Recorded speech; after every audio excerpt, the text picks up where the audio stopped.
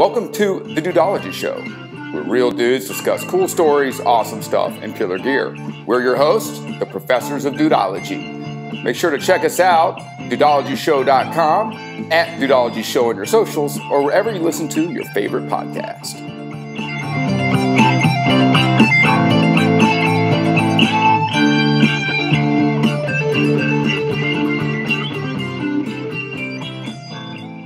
Before we get started with our guest, world-renowned professional sports physical therapist Mike Ryan, I'd like to speak directly to our listeners for a moment. A lot of people ask us, hey, I love the show, but what can we do for you? Like, how can we help you guys out? And we talk a lot about liking, subscribing, and sharing. So I'd like to just take a moment to clarify for all of our listeners and all of our fans out there. So when you like something, it's like you've purchased it, okay? I like the Ice Mule cooler. So I purchased an Ice Mule cooler. When you subscribe to something, it's like you purchase one for somebody else. I liked the Ice Mule cooler so much that I purchased one for my friend for his 40th birthday, and I even bought one for my mother to keep in her kayak. Now, when you share something, it means that you like something so much that you not only bought one for yourself, but you bought one for maybe some friends or family as a gift, but now you tell people about it. Like I'm telling you all right now about the Ice Mule Cooler. Ice Mule Cooler is not a sponsor of the Dudeology Show, but I love this product so much that I'm compelled to tell people about the Ice Mule Cooler. So what we're asking you to do is we're asking you, as you're listening to this or as you're watching this on YouTube, there should be 3 little dots somewhere, whether it's like iTunes or Spotify. If you can't find those, find maybe anyone under the age of 18 that happens to be hopefully a relative, or one of your friends' kids or whatever, and ask them to show you how to share what you're listening to. So what that'll do is that will share it with your social network, and it will tell everybody else about the Dudeology Show, and you will do your part in advancing the movement. That's the movement to inspire dudes to do great things, to be better dudes, to make the world a better place. And once you do that, you can look in the mirror, and you can ask yourself, now that we found love, what are we gonna do with it? Very nicely done. Love it. Love it. Well said. I was not prepared for that, but I don't think you were as well, Mike. No, sir. Mike Ryan, welcome to the show, by the way. Good to be here. Well, it took so long, man. Yeah. I had to pay a lot of money to get on here today. Totally. That's the first time anyone's ever sang, so I'm sorry. I apologize. Probably sound like a Is cat. it the last time? It's probably the last time, too. As you heard, Mike had to pay a lot of money to get on the show because we haven't sold a lot of merch yet, so go out there and buy some shirts. Share and like. So that we can pay our guests as well to come on these shows. Well, welcome, Mike. Mike Ryan is a sports medicine expert with 26 years experience in the NFL as an athletic trainer and physical therapist. Most recently with the Jacksonville Jaguars, and before that with the New York Giants. He's a trusted practitioner and noted speaker throughout the country on sports injury prevention and treatment. An avid and accomplished endurance athlete himself, Mike has completed, and yes, he has completed, more than 100 races of various distances and disciplines, including 6 Ironman triathlon finishes, PR 10 hours, 36 minutes, and that was at age 46. So all you dudes who are in your 40s who think you can't do something, Think again. He is also a 3-time finisher of the Empire State Building run-up, which I've walked a few flights of those stairs. That had to be boring. I mean, It's intense. It's probably the most intense and shortest competitive visual I've ever done because it's just full bore up the stairs.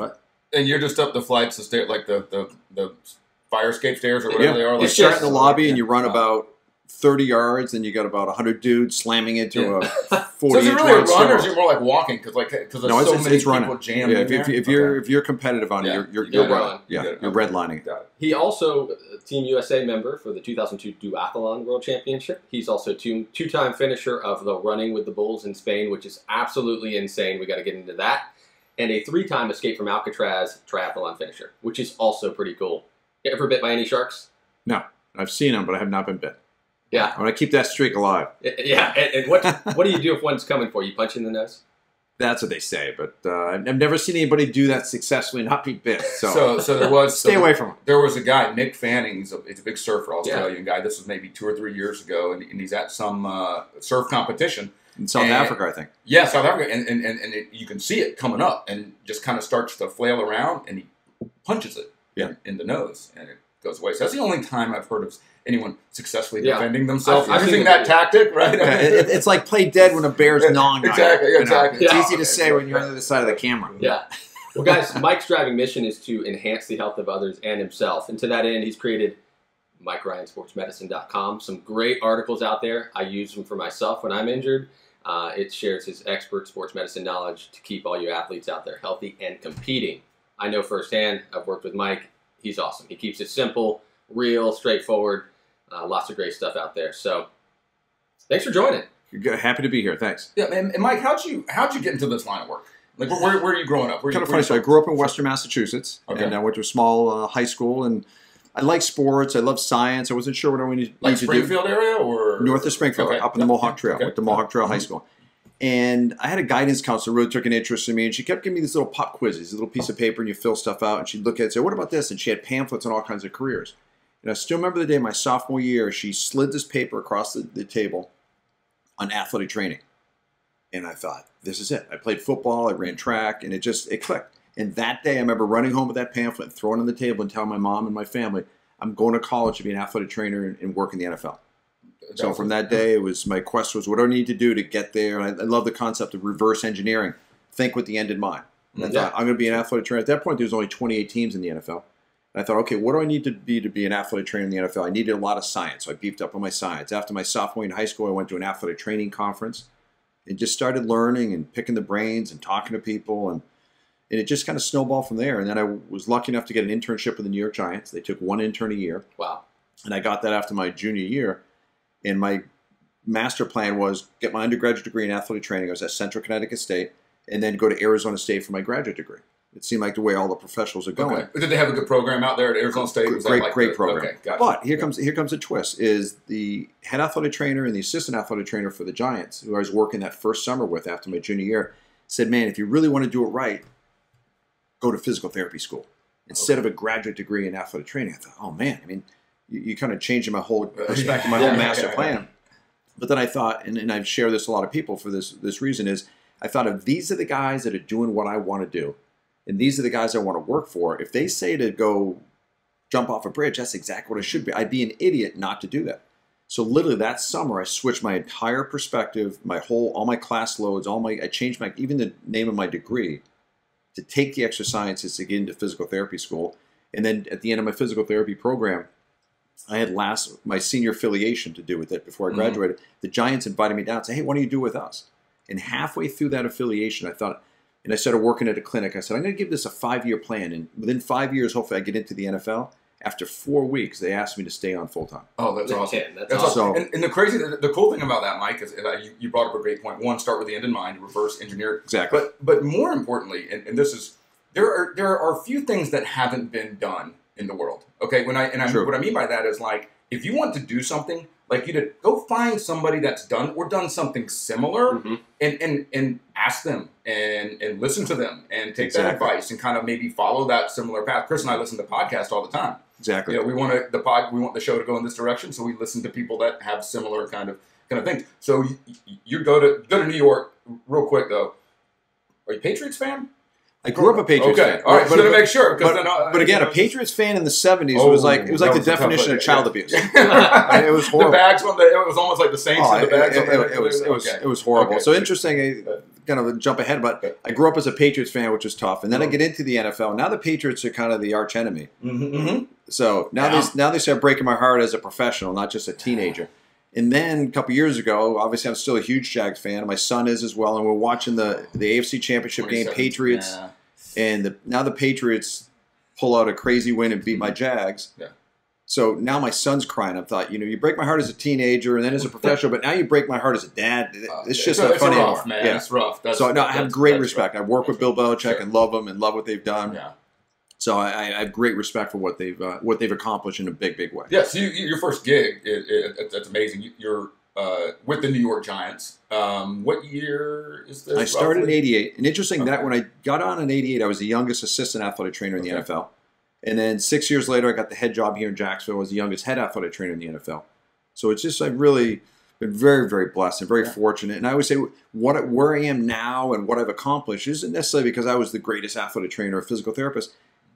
I'm a summation of a lot of people that are willing to help me, and they did help me. That's awesome. And that's why I'm always willing to share and help other people, because that's what's got me where I had to be, and that's what life's all about. Helping people. You're coming in between 86 when they beat the Broncos and 90 when they beat the Bills. I left in 94. I was there. I was the Super Bowl. I have a Super Bowl ring, sure. Did you bring it? I should have brought it. You should have brought it. It should be See, it's a little tease to be invited back sometime. Definitely. So when you're an assistant athletic trainer, are you wrapping a lot of ankles? You're the best ankle wrapper there is. It's interesting that I was the star athletic, the ankle taper. I love taping ankles. But as soon as you get labeled the head guy, they say, "Oh, you're a shitty taper. You can't tape." Oh, okay. It's like just because you're just an admin guy. You just I'm like, well, wait a minute. and funny story, and I can share it now because I'm good friends with Dave Weidel, who here in town and a celebrity, does a lot of radio stuff, and a good friend. He was with the Denver Broncos. Well, I got the head job in Jacksonville, and we signed Dave as a free agent. Well, Steve Ananopoulos, the head athletic trainer and a mentor and a great guy who's been with Denver for a long time and still is. He called me up and goes, "Hey, Dave Weidel's coming. Great guy. You're going to love him, but do yourself a favor. Don't tape him." I'm like, "Why?" Because he's a pain in the ass. You don't want to tape him. Trust me. So first day, Dave comes in, jumps up minicamp, jumps up the tape. I gave him the worst tape job on purpose that I've ever given. He goes, "You're terrible. I'm never coming back." Best professional move I've ever done. John Burrell, one of my first assistants who left to be the head athletic trainer with the Washington Redskins, taped right next to me. So Dave Weidel got on John's table and made his life miserable every single day. So it's a great move to do a bad tape job, get rid of him, and move on. It's like ruining the laundry. You do it once, exactly. And you're done. You're not asked to. My wife thinks I'm a horrible cook. Let's keep that a secret. So, as the head athletic trainer, what is your actual role, like before, during, after NFL games? I guess the best way to say it is you oversee the entire medical department. Anything that happens medical, from rehab, injury prevention, the day-in care, the emergency stuff in the field, drug testing, you basically oversee all that. So my role is to help with the prevention, treatment, and rehab of injuries. And a lot of that would stem also to the staff. And the staff keeping the coaches, and a lot of coaches are just players that just don't play anymore. They have their bumps and bruises, and they have their issues. So keeping that whole team, players, staff, the nucleus of the football staff and players, keeping them healthy in whatever ways. It could be the medical screening and the rehab or injury prevention or the testing every year. Maybe some of the coaches need certain testing or colonoscopies or things like that. You got to manage everything to basically keep people healthy. Wow. So how much you guys does the athletic trainer work with, like the strength and conditioning folks? Very close. There's the bond between the strength coach and the strength staff and the medical staff is very important, because you both help each other out. The strength staff is keeping guys stronger and healthier and flexible, where we're dealing with all the medical injuries. Well, there's a lot of guys with injuries, obviously, that are going into that weight room. So what we would do, that relationship between them, and say, look, if so-and-so has a bad knee, we can't do this, we got to modify that. So that modification of the strength program, because you don't train a 22-year-old rookie who comes in who's pretty healthy the same as you would a 35-year-old offensive lineman has a lot of bumps and bruises. Or like Steve DeBerg. Yeah. Do you remember Steve? You like that reference, Steve DeBerg? They're going old school on me. Played at like every single team in the NFL. He had like a 30-year career or something. You look at all these, these big sacks and these big hits. Unfortunately, Steve and Ron Jaworski are in like half of those hits. All right, speaking of hits, then. Okay, speaking of hits, you were on the Giants. Lawrence Taylor was there. Yes. I remember where I was sitting when he broke Joe Theismann's yes. leg. I believe it was like an evening game. It was a Sunday night or Monday night. I remember like sitting on the carpet, on the shag carpet. My dad was on the couch, and Lawrence Taylor makes this hit, and he gets up immediately, and he's like, he knew something was wrong. You knew. You could hear his leg snap from the sideline. So as like in what you do as an athletic trainer, is that like a reference? Oh, remember the hit? Or like, did you guys talk about that a lot because it was so nasty? Not necessarily that, because we all have them. I mean, I could tell you all kinds of stories about injuries that were like that. But yeah, and work with Lawrence. I was an intern that summer, so I wasn't there at the game. And I remember watching on TV. And after that, that was probably 86. 86, I think, yeah. And I started full-time with the Giants in 88. But you couldn't bring that up, that injury without Lawrence getting physically ill because of what happened. He was really heartsick about it. He really, he was intense. He could play with pain better than anybody. I really loved work with him. A very humble guy. Some of the stories he tell were, I can't tell those in the air. Right. But a great guy.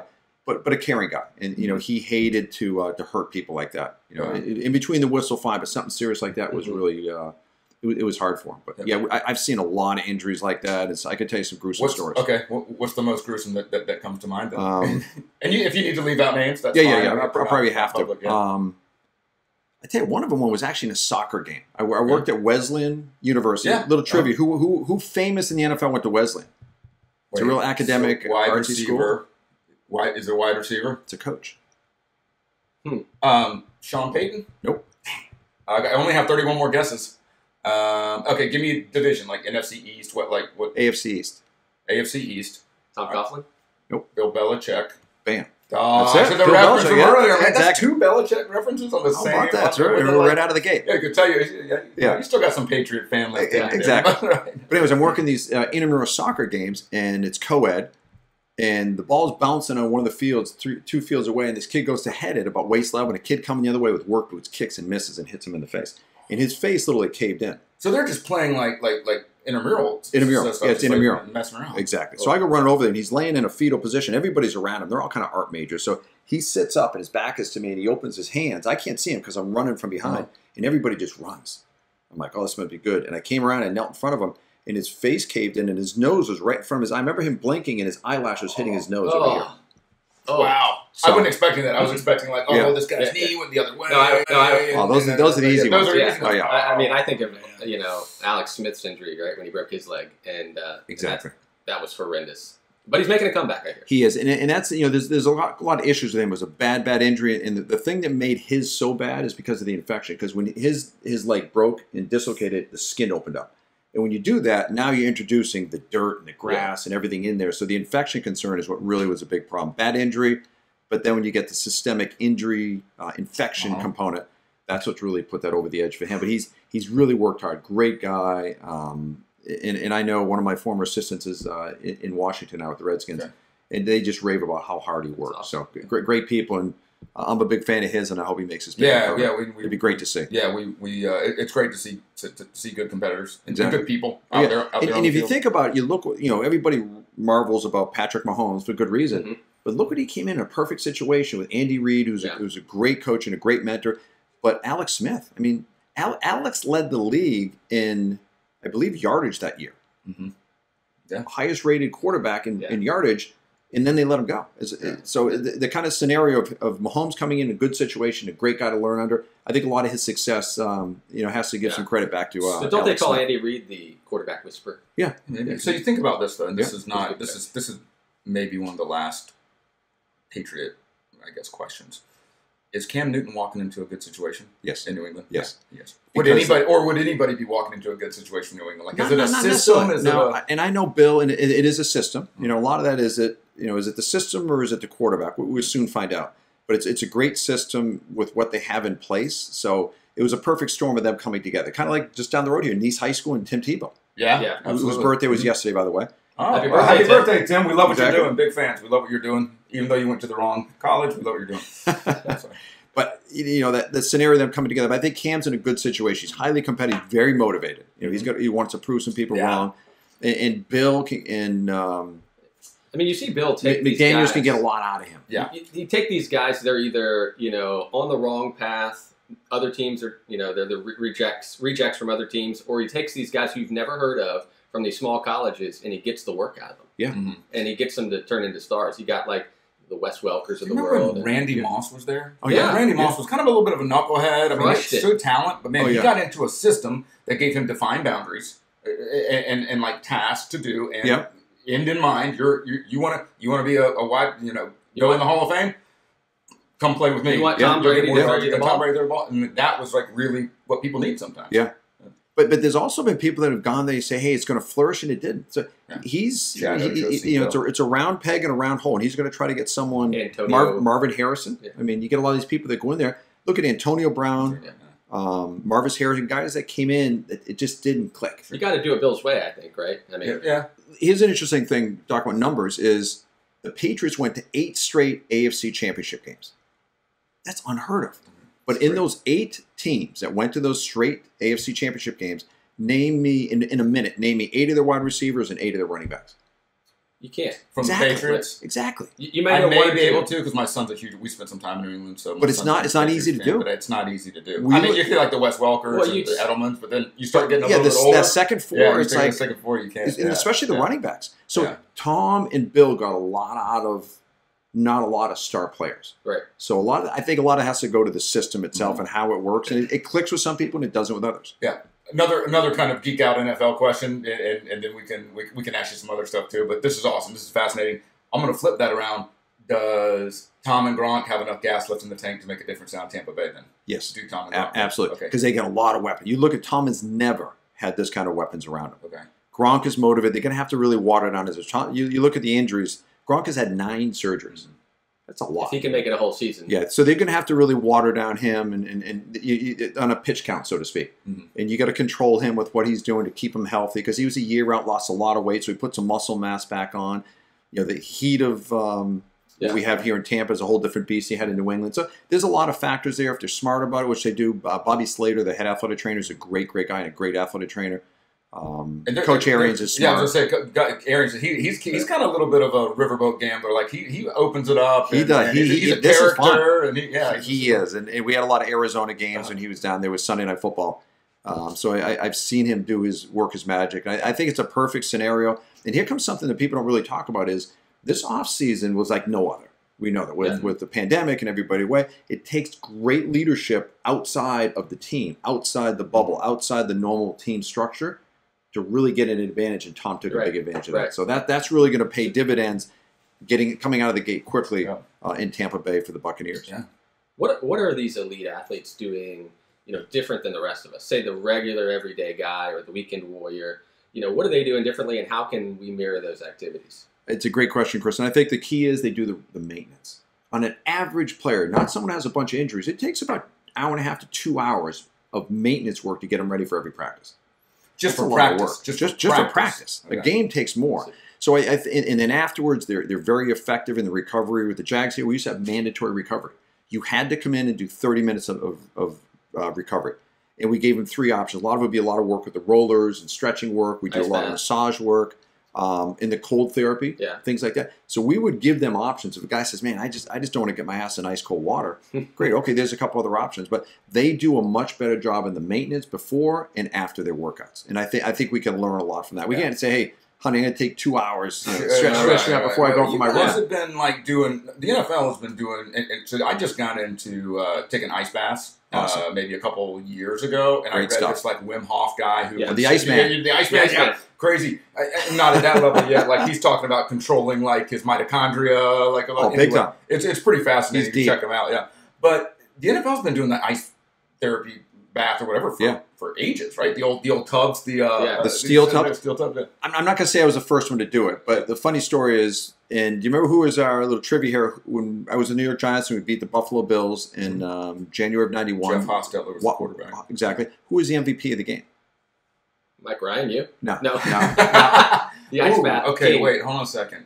Was the kicker from? No, it wasn't Scott Norwood. Could have been. For the Bills kicker. For the Bills, right? Ray Finkel was not. Finkel was not there from. It was O.J. Anderson. Laces out. O.J. Anderson. O.J. Anderson. And he was with the St. Louis Cardinals for a long time. Big, strong guy. End of his career. Parcells brought him in. Belichick was our defensive coordinator. And anyways, he was really getting worn down towards the end of the year. So I said, man, you should get in the whirlpool and we'll fill it with ice water.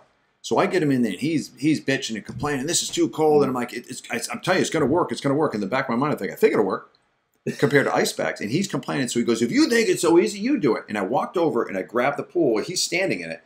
And I put my head right down into it. Well, upside down nose, water goes in there, and I got this ice cream headache times 100. And I stood up, I couldn't see it. He goes, okay. And I literally staggered out of the room. I didn't want him to see, and I fell down on the floor outside by the equipment room. And I thought I was going to die. My head felt like it was okay, I promise it'll work. Just go, knock yourself But that convinced him, and then he started getting into it all the time, and then more players would come in. It was just a way of saying, hey, if it worked for the big man, it worked for everybody. So that's really got my mind going. And when we redid the athletic training room here with the Jaguars, I took we put in a whole customized whirlpool, and it was like a 12 by 12 whirlpool, and the whole bottom of the floor is a treadmill. And it raises up and down so you can get them in there. What I did is I had it converted with the company that installed the HydroWorks, which is a great company, and really the leader in all kinds of therapy pools. And we worked together and designed a cold chiller that would go to that whirlpool. So after practice, we could get 6 players on that. And they'd stand on the treadmill. We'd lower it down, had a big plasma screen at the end so they could get great things to watch. And every minute, I have one of my interns sit there, and every minute he'd blow the whistle, and the guys would walk sideways because the whole bottom of the treadmill is moving. In a cold tub. But it's a giant treadmill. Yeah. Everything's moving. So they would start moving sideways, and then blow the whistle, and they start going backwards. So I'm a huge fan in cold therapy with motion. Yeah, and I've heard the quote. This is probably your quote. An ounce of prevention is worth a pound of cure. Absolutely. It's not mine, but I use it a lot. I use it a lot. Let me ask you this, kind of back to Chris's question. For regular dudes, right, who don't have access to all this awesome things or 2 hours just before we work out, is there a ratio of, hey, if I lift, 4 hours a week and I do 2 cardio days, let's say 6 hours of working out a week, let's say 6 days a week at an hour each, how many hours should I be putting in recovery, stretching, foam, like those kind of things? Like, is there a ratio or something that people can yes and no. I try to keep it simple. My whole concept with my business and when I work with patients is keep things simple to apply, easy to understand, and gives you fast results. That's what we want, man. We can't spend a lot of time doing it. So I always tell people if you can give yourself 10 minutes before and 10 minutes after. So it's short and effective. And it doesn't have to take a lot of time because my big thing, one of my quotes for the prevention is, preventive medicine is not sexy, but we know it works. You're not going to put out on social media, hey, I had a great, stretching routine today. With my foam roller. But I don't know. Like I was at the gym before I got here. Obviously, you can tell because it was svelte, and you see that it was like hitting a freaking concrete wall or something right now. But I was there, and the guy that runs this that runs the studio, the gym. He'll do a stretch session where clients will pay, and basically he stretches them out. And I know there's like stretch studios now. There are. See, stretch labs.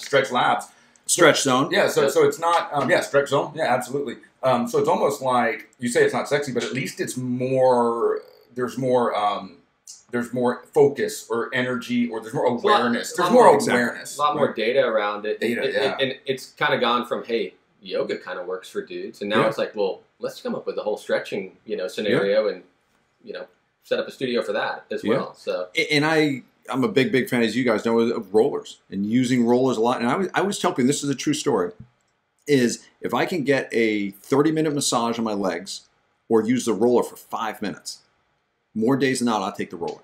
Because that's how much benefit I get of doing the roller the right way. I'm actually writing a book on it now. But rolling it the right way can make a huge difference. So if you can do that in 5 minutes, 5 minutes before, and then throw 5 minutes of stretching, boom, you're good to go. In that cold therapy, even getting and taking a cold shower. I redid my bathroom a few years ago.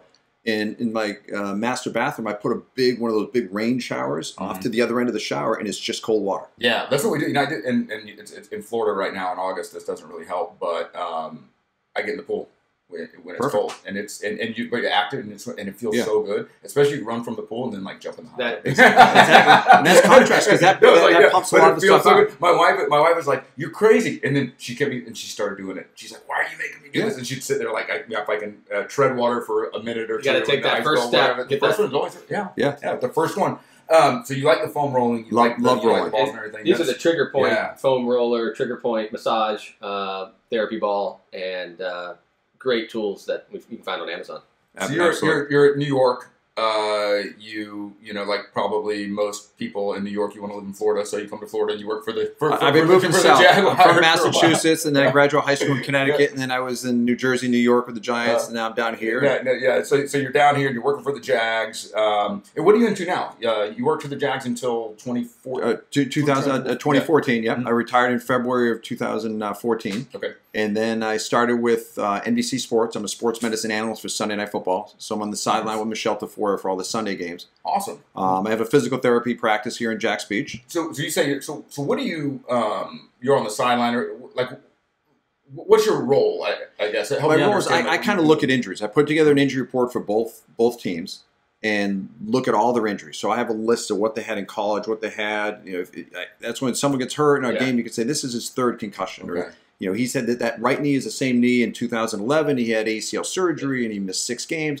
So I you're passing Michelle the note on the napkin. Hey, third knee injury, Michelle. Yeah, and she's like, hey, third knee. No, Michelle is great to work with. We meet on this stuff and go over it. And so it's a well organized And would you report on or discuss with Michelle, like maybe before, like, hey, this guy, he's been injured for a few weeks, but now he's out there during warm-ups. It looks like he's gonna, he's been clear. He's on the what Belichick puts everyone on the questionable list. Yeah, like the entire roster's always on the list. I always wondered what's the difference between the the IR and then the Pup List.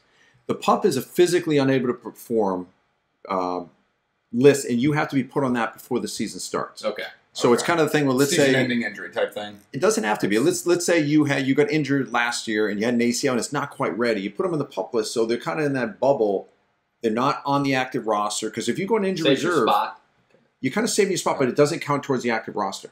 And then you have the opportunity to move them off the Pup List onto your roster, but you got to make room for them. So it's basically a transition between injury reserve and the active roster. But once you go to injury reserve, it's going to change a little bit this year, but normally you can take 2 of those guys off from injury reserve to bring them back to your roster, but they have to be on the injury reserve for at least 6 weeks. Yeah. So that's a little bit more of a permanent scenario where Pup has to, if you get hurt during the year, you can't go to Pup. That's going into the season. Gotcha. And is there like I guess there's like a rule that the team has to announce like 3 days before the game, like who's questionable, who's out. Starting on Wednesday. For a Sunday game, they have to start doing it on Wednesday. And you have to basically, they're questionable or they're doubtful or they're probable. Okay. So anybody who's had any limitations, if they miss 6 snaps during practice, they have to be on that list.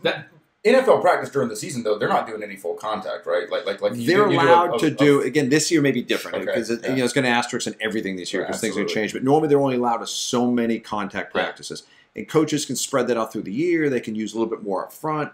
But typically, the deeper you get into the season, less contact you have during practice. Well, you have to, and to your point, you need a day of recovery, don't you? Yeah, watching film and not getting dry humped up and down the field by some 400-pound dude, right? It's probably nice. It helps. Good vacation. It's funny how pretty much all fantasy football dudes have now become injury experts, and on Wednesday they're waiting for that report. Rightfully so, because that plays a lot into it. Because if you if you get a guy going into a game at 70%. But it will mess you up as a fantasy football, player, whatever you want to call it. Someone who does fantasy football, it will mess you up when because the coaches will be like, "I'm just going to put everyone at questionable," because I want the other team to. They stub their toe, and you're like, I don't know what to do here. Like, is that? And that's what I do. I dig into that stuff, and I have great relationships in the league with all the other athletic trainers, and watching the pregame and kind of knowing what they're saying without saying it. I think we know who we're calling if next fantasy football season. So the question I think all dudes really, really want you to answer is, are we playing football this year? I think we are. And I think will we have a full season? That remains to be seen. But the NFL athletic trainers, Dr. Sills was the chief medical officer for the NFL. They've done a great job of putting together the testing protocol and how they're managing it. But this is a crazy virus, and it's really acting strange in a lot of different ways. Mm-hmm. But I think here comes the variable that kind of really I think is going to ultimately decide how this plays out. Is the discipline and responsibility actions of the players outside the team. Yeah. When they go home, when they socialize, when they're doing those things. So I feel good about what they have going on inside the stadiums and the facilities. What happens outside and what's brought into the stadium. So the players are a key factor outside of work, how this plays out. I feel that's like a lot. And because you always got to remember, do you ever have opportunity to meet some of these players? I mean, a lot of them are 20-year-old kids. Yeah, and what kind of things at 22? If I said, hey, when you go home from work, you have to just stay in your house, I would be like, there's a lot of temptation at 22, a lot of disposable income, and exactly. Yeah, but that's where the leadership of a guy like Tom Brady and Ben Roethlisberger and all those guys that'll say, man, this is what we got to do. I mean, some of the teams are even talking about that. I think the New Orleans Saints are doing it, and I think Tampa's announced they're going to do it. They're going to have a team hotel, so it's kind of a voluntary bubble. Similar to the thing they're doing with the NBA down in Orlando. Well, the NBA is mandatory. You're in the bubble. You got to stay in there. Where the team will have it, you don't have to be there, but it'd be kind of voluntary. But that's the kind of thing where if you get a strong leader, it has to probably come from the player, and he says, "Look, you, and you, your butt's in the hotel 5 days a week." Something like that. Right. But again, leadership on this and how they curtail what the players do, I think is going to make a decision. Because the more players you have on the field, whether you have an ankle sprain or a positive COVID test, the more talented players you have on the field at your disposal, the better your chances are of winning. Yeah, absolutely. And you're doing that obviously during football season, so you're on the kind of on the analyst side of things, working with the media. And you also have Mike Ryan, sportsmedicine.com. Can I read something from there, which is really cool? It's kind of like about like how you got into this, and you can correct me, or you can yell at the person that wrote it if it's wrong, right? This is from directly from the about on the MikeRyanSportsMedicine.com. I had an ever lingering question in my head. Instead of working to get 46 NFL players ready for autumn Sunday games, how rewarding would it be to help thousands of passionate, health-conscious, non-professional athletes to manage their pain every day? Was I nervous about voluntarily stepping away from one of only 32 head athletic trainer positions in the most successful sports league in the world? You're damn right I was. Who in their right mind would not be nervous taking such a big leap of faith? But then again, I humbly reflect. I'm the type of person who has run with the Bulls in Pamplona, Spain twice, bungee jumped off a 600-foot bridge in New Zealand, boogie boarded down the Zambezi River in Zimbabwe, and cage diving with great white sharks in South Africa just for the fun of it. And his personal mission statement is to enhance the health of others and myself. That is an awesome mission statement. I love what you said here. I want to spread basically all this knowledge that I've had over all these 20-plus years in the NFL and take it to people like Chris and myself. Yeah. Right. Sure. Right. Absolutely. Yeah. And that's why I love doing it, because it's important. Because let's say if I can make you, Chris, help with your back and make you healthier, you're a better father, you're a better brother, you're a better worker, you're a better son. So that ripple effect of helping one person in a non-professional manner, that ripple effect impacts dozens and dozens of people. That's like exciting for me. The movement we're just trying to spread, right? Just helping be a better father, better citizen, better dad. So tell me about what you're doing now with Spartan races. Yes. So you work for them as an SPX coach? I do some writing for them as a sports medicine expert, and kind of look at things like injury prevention. I do some owner's manuals for the knee, the shoulder, the hip. Kind of find ways to help people that don't have access to physical therapists or people who want to, because I think empowering people to kind of take care of themselves goes a long way. So just kind of taking that sports medicine stuff that I've done from the NFL that you were talking about, Brandon, and sharing it with non-professional athletes. And I think a lot of ways, defining when you have little aches and pains of how to take care of them before they become big problems. So a lot of it's, I'm big on the education part. And I think teaching people, and I say this all the time, I do a lot of corporate wellness talks and a lot of now via Zoom and virtual speaking engagements on things like this. And I say it's a sad statement, but most people know more about their smartphones and how they work than their own body. And that's sad. And for me, professionally, that's what I want to change. I want to take people like, look, you need to know more about your body and how it works to take care of it compared to how many apps you're going to download and your social media apps and things on your smartphone. We got to flip that upside down, and that's a big part of my mission statement. You know, I started doing. Speaking of that, just kind of as a caveat, I heard this from one of the podcasts I listened to. I actually created a limit on apps for myself and passcode and screen time. And actually, my wife's screen time passcoded it, so I can't even get into it. You have to ask her for the password. And so I can't just like, add me more time limits, because I'm like, listen, if I need to do something, I'm going to get in, I'm going to post something for the show probably. I'll like, share, subscribe, whatever it is, and I'm going to get out. Like, I don't need, like, there's nothing in there that is neat. But you know what I'd rather be doing? Phone rolling, going for a run, going for a walk, hanging out with kids, hanging out with the family. So I think your point is, like, it's we just get sucked into the stuff that doesn't really matter. It's not really important. It is, and I think that's so important, because if we're better dads and we're better husbands and all the things that we could do, that's so much more rewarding. We make an impact. We look at what we've done with our parents and our older brothers and sisters and things. Those things are what really matter. And our kids aren't going to remember how many apps you had. They're going to remember throwing the ball around in the backyard and playing and do all those things. So you talked about earlier, Brandon, about finding them out time, the ratio of this and that. Well, that frees up so much time you can do those kind of things. And getting the thing we love, my wife and I, and she's an Ironman triathlete as well. Awesome. Is we have an area in our house. We had the dining room. You know, having young kids, you don't use a dining room. No. So I got rid of the dining room table, put a nice big pad down and a nice carpet on it, and that's our stretch area. I thought you were about to say it's like an MMA kind of like little jiu-jitsu ring with the kids. Or you start with rolling and you turn it a plex and you submission. Think about this, but think about it. You said it right. Okay, so and you could probably waste an hour. It's probably not uncommon for people to waste an hour every day on scrolling, clicking, whatever. That's like almost an entire workday when you add a 7 hour. That's an entire workday. If I came to you and said, hey, you can have an entire extra day of weekend maybe, right? Like a 3-day weekend, you'd be like, of course I would take that. I'd be stupid not to.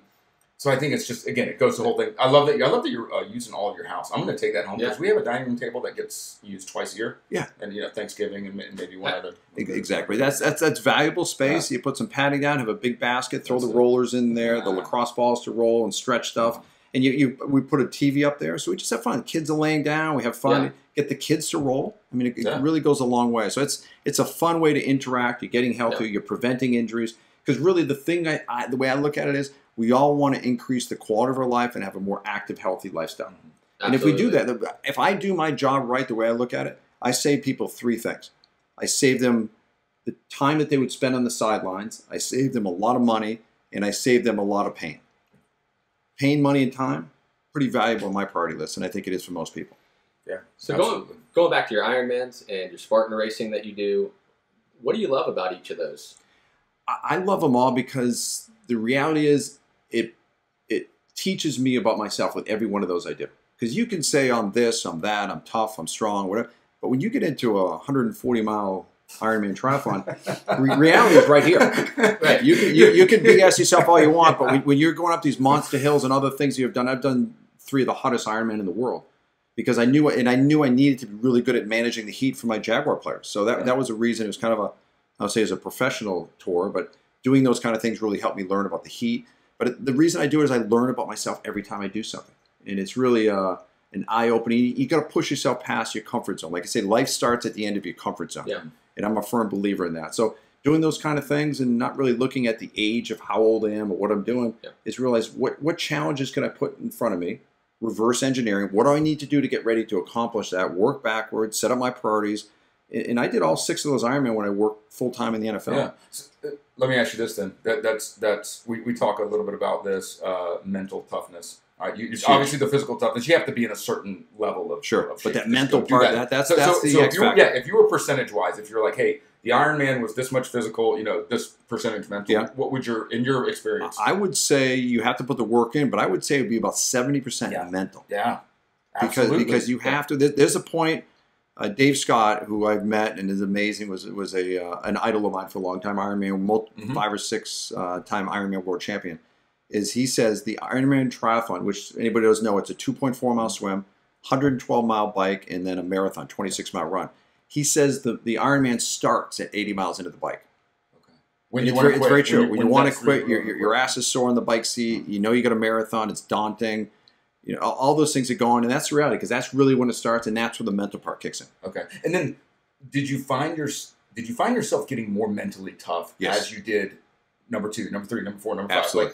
Like and that's what people say. I've heard people say, "Well, you can't really train mental toughness." You know what you do? If you want to do hard things, then you go do some hard stuff. Exactly. Right? If you want to get tough, you go be uncomfortable. You find your limit, and then you push past it, and you say, "Last time I pushed a little bit further past my limit. When I hit that wall again, I'm going to push past it again. I've done it before." Yeah. I learned one thing that was a real game changer for me is I was getting ready for my first Ironman, and I was at a guy who was a coach of mine, and he worked with all the great Ironman triathletes out of California and all the multiple world champions. And obviously I wasn't going there to win the world championship by any means, but I'm talking to him one day. This is probably about a month before the Ironman, my first Ironman, and he asked me a great question. He goes, "How do you deal with pain?" I said, I just block it out, push it away. I put my mind on the beach somewhere, just push it away. Tough football kind of mindset. And he goes, "Well, this guy, and this guy, they think just the opposite. They focus on the pain and they manage it. Because if you don't, and you put your mind somewhere else and you stumble, and reality comes back to you, that pain is suddenly magnified because it comes out of nowhere." I went home that night and I couldn't sleep. And I think, I'm going to get my ass kicked. And again, I'm not trying to win the race, but I just want to finish and have a good time. And I call him back next day. I'm like, "You blew me away." I'm 180 degrees opposite of the way people really do it successfully. And I went and worked with some people, worked with some Chinese breathing techniques, and I really mastered the ability to focus on pain. And that sounds kind of obscure, but if you deal with that pain, you get that little bit of a wobble, and you can manage it and turn that little bit of an ache and a creak and get it better before it blows up. It's like that wobbly wheel, or the guys that spin the plate. They can't look at all 50 plates. Right. They have a glazed view, but one plate starts to wobble, and they focus on it and get it right, and then go back to that glaze. And that's what I did. And it changed me as an athlete, because now I realize I don't have to be afraid of the pain. Pain is a blinking light on my dashboard that tells me something. I got to deal with that light. Right. And there's 2 ways I can deal with it. I can manage that pain, that blinking light, or I can put duct tape over the light and not see it. And really, a lot of people do that. I did that for the longest time, and a lot of people do that. But put some duct tape. I can't see it. Everything is fine, and they're fooling themselves. So I'm a little off the track here, but you're not. Pain is something you have to learn to manage. And you're spot on, Mike, because that may be one of the greatest pieces of advice we've ever received on the show. It really is, because even if you're just running a few miles, or even if you're just working out and you're like, I'm going to do 9 reps instead of 10, because whatever hurts, but like 0. I don't think I've ever taken that approach of focusing on the pain versus blocking the pain out. Exactly, it's an easy thing to do. And that's one of the difference I find. I work with a lot of people now, and I've worked with professional golfers and basketball players and a lot of other people in that realm, but also weekend warriors, which I love working with, which I'm a weekend warrior. Mm-hmm. But I think working with people like that and teaching them these techniques is really helpful, because that's the biggest difference between someone who's very non-athletic and athletic is the non-athletic people, and it's kind of a problem in society. People are trying to avoid pain. Right. Oh, pain. But let's say you're doing some curls and you're getting some fatigue in the muscle, and that's pain. That's pain. Well, some pain. I teach my athletes and myself the difference between good pain and bad pain. Right. We don't want to avoid pain. The bad pain, we want a lot less of it. We have to find the source of it and correct it. That's what we do as a physical therapist. But it's not a matter of complete abandonment of all pain, and that's where the abuse of pain medicine, all the things, in my opinion, come from. It's a big factor with that. But again, I think focusing on pain, knowing it, good pain, bad pain, and you also bring like the pain thing too, because I think there's probably some deeper issues from a cultural perspective there on that. Whereas I don't, there's this like idea, and I don't know where it came from, but that your whole goal in life should be to be comfortable and to never do hard things and to not. And I think that means you're getting soft. Exactly, but I think now we're seeing kind of like maybe a return, which is good, to maybe some like neo-stoicism of like, hey, things are hard, and through this pain and through adversity, we grow as people, whether it's physically or whether it's emotionally or whether mentally. But there is like this kind of like subset of like, the avoidance of pain. I just want to be comfortable. I don't want to work hard. I don't want to sweat. I don't want to get my hands dirty. Come on. And I'm like, and then when you get punched in the mouth, what do you do? No play on the Dudeology show, by the way. We believe that pain makes you stronger, and doing hard things makes you better, and it makes the world a better place, because we believe there's grittiness.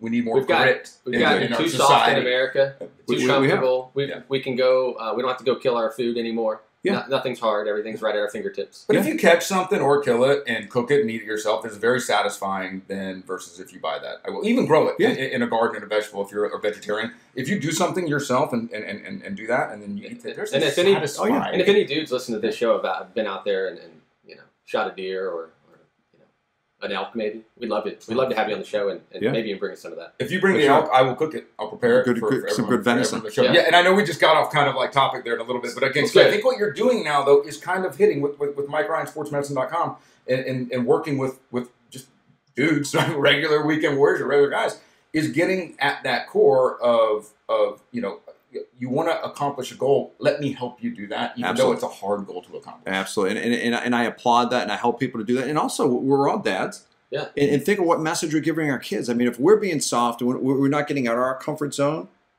we're not doing our kids any favors. No. We have to bring some of that grit back, and the things that come to us of being athletes and being healthy, and some of that is managing when things don't go well. I think we learned a lot. I've lost a lot. I've had a lot of issues, and I've learned from those experiences. A good ass whooping is a great way to learn, and sometimes you have to kind of take some of those. If everything is smooth, everybody gets a medal, everybody wins, everything peachy dory. What happens when things go south? Yeah, well, and I think we all got it like from the fire hose in March when they're like, oh, we're basically going to try to shut the world down. And you're like, all right, well, listen, there's options. And a lot of people are in a lot of tough situations. Absolutely. And we're still in, a lot of us are still struggling or managing through that. But like, are you leading through it? Is it going to define you, right? Or are you going to be able to work through it? And I told the kids when it happened, I was like, guys, look, we do hard things. Exactly. That's what we do. We have harder conversations, and we do hard things, and sometimes they suck. But we look back when the next hard thing comes. And we get after it. One last quote I love about that whole concept is it's better to be the hammer than the nail. Absolutely. Really. So be a hammer. Amen. I want to ask you about one of these adventures. Going back to that, and then we'll let you kind of tell us how to kind of what you're working on now. I know you've got some things in the works. Sure. All this stuff looks cool about bungee diving, and I love extreme sports. Bowls and extreme sports. boogie boarding down the Zambezi as a surfer, I kind of saw that and was like, whoa, that sounds cool. And it was awesome. So it's like, what is this? Tell me this experience. I went with a buddy of mine, and a lot of these adventures, I have a good friend of mine in town here that we travel. We both love extreme sports, and we travel all the world doing most of this stuff. So we went to South Africa. We did the cage dive with the great white sharks, and then we flew up into Londolosi, which is a private game reserve, and out there in the bush and watching the wild animals, which was very cool. And then we flew up to Zambezi in Zambia, which is separated by the Zambezi River and Victoria Falls, largest waterfall in the world. So just south of that, we talked these guys into bringing us. They do the rafting, and so we want to boogie board it. So we were down there. We did some rafting. We jump off and boogie board, and we had this guy. His name was Potato. Okay, he was like your guy, like official name. Yeah. So we're boogie boarding down the Zambezi, and the first thing I said to the guys, hey, we got to worry about any crocs down here? He goes, no, the water's too rough. They can't come up the river. Well, turned out later on there was a lot of crocs in there. We didn't know it. So you're boogie boarding like instead of like when most people are like whitewater rafting, you're like through the boogie board, and it's cool. Awesome. And we did that in. Is this your idea? You're like, hey, we should do a boogie board or have people done this? Yeah, we first did it. My buddy, Bill, and I, we did it in New Zealand.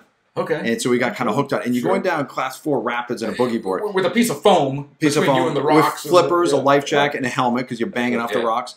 And the trick is you're holding the top of the board and the bottom of the board. So they kept saying, hold it like a shield. Okay. So when we got to the Zambezi and did that in Zambia, we just did that. So we had certain projects. Okay, jump out. We jump out and flying down there, and I have some great pictures of it. I've seen pictures, and it looks like you can even get barreled in some of these waves. You can. Yeah. And at one guys point, kayaking or even trying to surf out there? Yeah. Nobody was kayaking, but they did have the big rafts. So we jump out, and they'd go down the raft, and they'd stop, and we can fly down. They'd grab the back of your life jacket, pull it in. And then you come around the corner, and they'd be like these class 4 and 5 rapids. Like, good thing we didn't go through there. So they were picking and choosing, I think kind of randomly, when we were in the boat and when we were out. Yeah, but it was, you feel like a ping pong in the water. Yeah. I mean, you're bouncing around, and you may go into the rapids. There was 3 of us in the water, me, Bill, and then Potato. And, like, you may go in 3rd place, and you get bounced around. You come out, you're in 1st place because the other guys got shot this way. You hit a rock and got shot that way. And how long does that, like, we do stretches or whatever? Like I mean, the whole stretch, we probably did 10 miles of the river. But of the boogie board, we probably did half of that. Yeah. But it's really cool. And the water, and some of them, you're going into it. So when you go into some of the rapids, I mean, the water is 10 feet over your head, and then you either shoot up or shoot off the side. But it's it's not for the faint of heart. But it was really it sounds awesome though. It was really cool. Awesome. Yeah, I've done some whitewater kayaking before, but that sounds even more intense. And the thing that's really cool about the is the point of view is you're in the water compared to on the raft. You're above it. So when you're in the water, the river goes downhill. So you're coming up in these rapids, and the river just you have no idea what's over this crest because you're in the water, and your eyes are 6 inches above the water. So you come up on this what appears to be a mountain, and then you're shooting down the other side. So and you don't realize how big those rapids or waves are. You're it's just like being in the ocean. Like when you look, it doesn't look that bad. You get there on like laying prone on a surfboard, and you're like, wow, this is like exactly. Really and you could hear the rumble of the water in the water, and you hear this like thunder, and you can kind of feel the vibrations, and then just yeah, but you were jazzed when you got out. When you finished that little adventure, you were like, the stoke meter or heart was full. Very cool. Partially because you survived. There's part of that. And a lot of this stuff, people say, are you scared to do this? Absolutely. If you're in any right mind and you're jumping out of an airplane or you're jumping off a 600-foot bridge in New Zealand with rubber bands tied to your ankles, of course you're scared. But it's courage isn't not doing what you're afraid of. Courage is being afraid, having a plan, and still doing it successfully. Yeah. And fear and pain are kind of similar. Yeah. Right? You want to actually, I'm afraid. Don't try to hide it. Say, why am I afraid? Let me focus on that. Maybe that fear can actually make me a little sharp.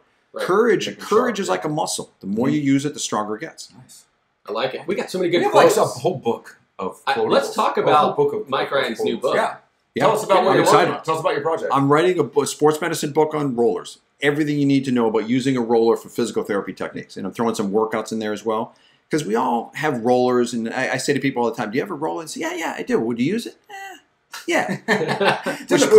which means you kind of lay on it and roll and it hurts so much and you get off. I said, exactly.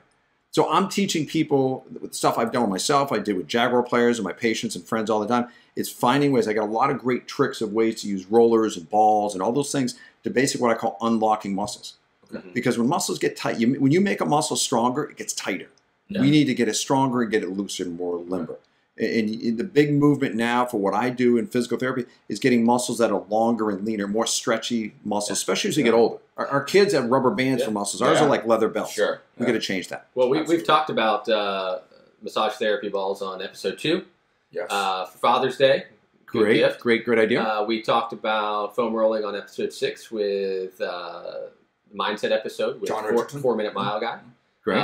So yeah, we're into it. Awesome. You're Looking forward smart to in the the book. process. It's And going to be a lot of fun. where can folks, when the book comes out, where can they find the book? Where can they find information? Where can they get a hold of you? What's the best? MikeRyanSportsMedicine.com Okay. is my website. I'm on all the social media for Twitter. I'm Ryan Sports Med. For Instagram, I think I'm Mike Ryan Sports Medicine. Okay. So any kind of search on Mike Ryan Sports Medicine on the social medias. And I'm always putting just little things out again. Little short tips and advice to find ways to keep people healthy and pain-free is my goal. When football does come back, I think you also had like a Sunday Night Football Twitter handle as well. If I want to hit you up and be like, hey, what's going on with this injury, Mike? Yeah, that would be SNF Mike Ryan. Okay. So why don't we do this? Why don't we put all of those in the show notes? Great. Okay. And similar to what we talked about at the beginning of the show, when you see something that's on one of Mike's social handles or on his website, you are so compelled, you like it so much that you should be compelled to share it, like to tell other people about it. I like it. And we ask that after you check us out and check this episode out. Thanks for coming in today, by the way. My pleasure. A lot of fun. That hopefully you are so inspired and motivated and compelled to tell your friends and your family about us and to share us. On behalf of all dudes getting after it and getting mentally tough out there. Thanks for joining us. Thanks, guys. Thank you for listening to The Dudeology Show, your spot for cool stories, awesome stuff, and killer gear. Make sure to subscribe to us on your favorite listening platform and follow us on social media at Dudeology Show.